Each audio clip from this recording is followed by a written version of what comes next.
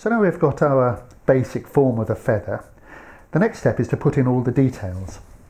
What we've got to do is split the ends or the edges of the feathers like this, and this is what gives it a big feather shape. We've got to put in some sort of surface texture that implies, you know, the feather itself, and deal with this bit of the stem here. So we've got to do all this, and I will certainly be drawing a few points on here to begin with. But have a look at this area over here. This dark line here is actually a pocket of rubber. It's a sort of latex pocket in the gelaton. This is a rubber tree family. So it's a defect, but what I'm going to do is if I put one of these splits in the feather here, I can actually remove this defect, and that's a really nice thing to be able to do, to take a defect and actually make it somehow disappear. We'll see. To cut the ends of the feathers here, the edges, we can use a high angle grip like this. So I'm holding the corner particularly here and using that, and as I come into the cut I'm going to rotate the handle to make the tool cut a tighter curve like this. So I'll be rotating. I'm going to start the first side of the cut vertically like this, push the corner in and wind it round, and I'm going to join in with the edge of the feather. So I've joined in here and I can then undercut a little bit along there. So I'm using this very much like a knife. The second part of the cut is at an angle, and again I'm wrapping round like this. And what I want to do is get that bit of the wood out. So I've got a really nice deep cleft in there. So I can undercut this bit here, and I can take this wood out along there. So here's the edge of the feather coming in. And we're going to pick up this cut here and come round like so. So I'm undercutting now, so I've got a nice bit of shadow. So now I can take the top bit and I'll run this cut around here, right up to the tip. So setting that in, slightly sloped back so that I'm undercutting. And then perhaps I'm going to take a different tool now and make this one slightly quicker. So I might have to come back with this one, just nick that out. And then I'm going to bring this one around here like this.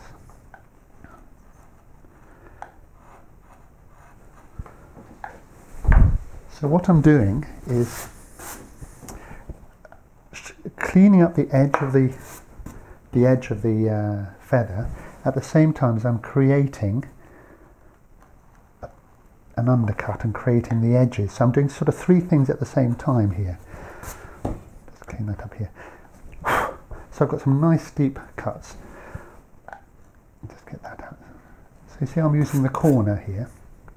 Sometimes it's just that little bit of a thing needs to come off. Now for this one here, what I'm going to do is make my cut right here, and then we're going to make a second cut right around there like this. Should really change the flat gouge. Oops. So I've now buried this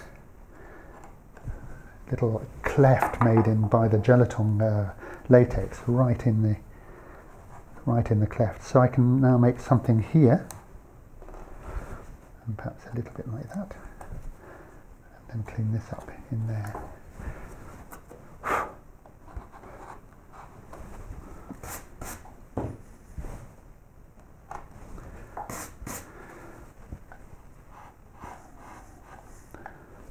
So if I didn't want this quite rounded like this, I could come round here with my tool and I could swap it over and I could do a little bit of a cut that way. So I could give it a little bit of an S shape to the edge of the feather.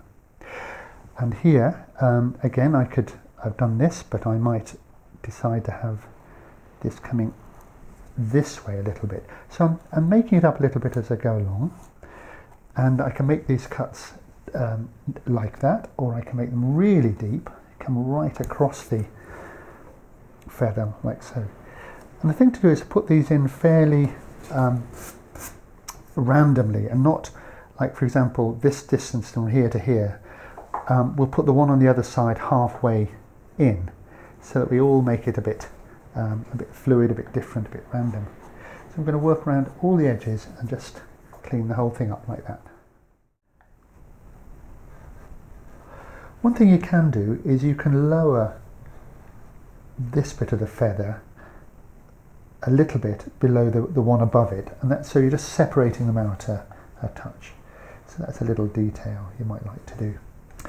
So coming on to the quill here, I've come round with my cut and I've come up just a stab in here up to the main part. Then I'm going to nibble this back very carefully like this, little rotation on the blade, and not going below the depth of the background. So just pulling that back a little bit, then I can clean it up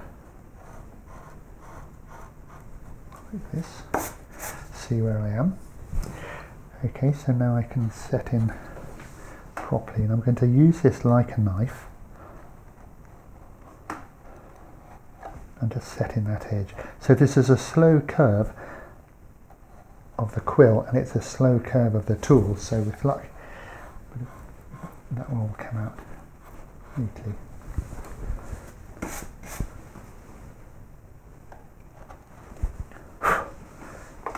Now I'm turning the tool this way around, I'm dressing that wall.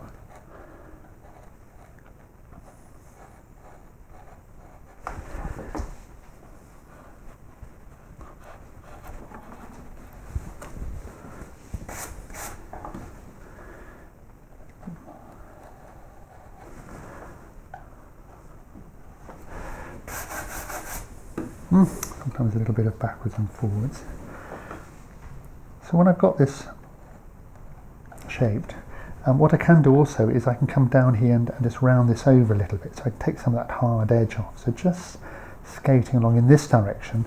On the other side it's going to be in this direction. But we want a nice clean junction here, nice strong edge to the quill.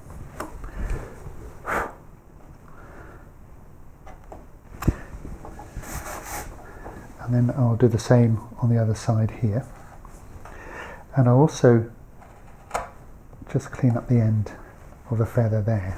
So I'm going to nibble that back.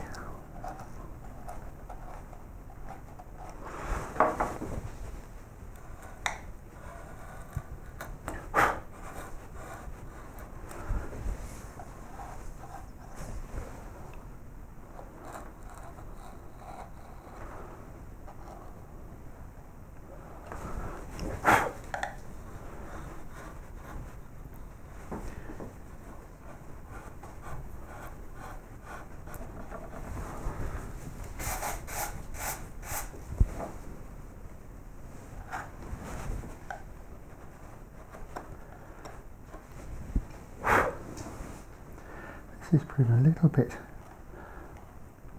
woolly just here, but so what I'm trying to be very careful and just use that corner like a knife, and then just slide this along, so this corner here is actually butting up against the wood as it goes along like that, and we'll just clean that right up into there. That's the plan. And with that, once we've done all this end, the main carving of the feather and the main details are in, and we've got to turn to the actual texturing of the surface.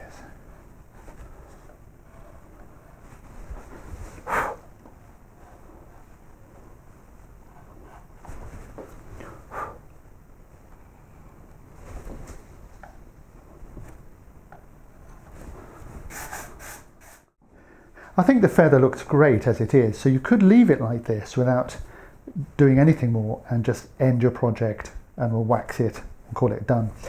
Or we could have a go at putting some fine lines in here, give it a little bit more surface texture. So let's do that and see what that looks like.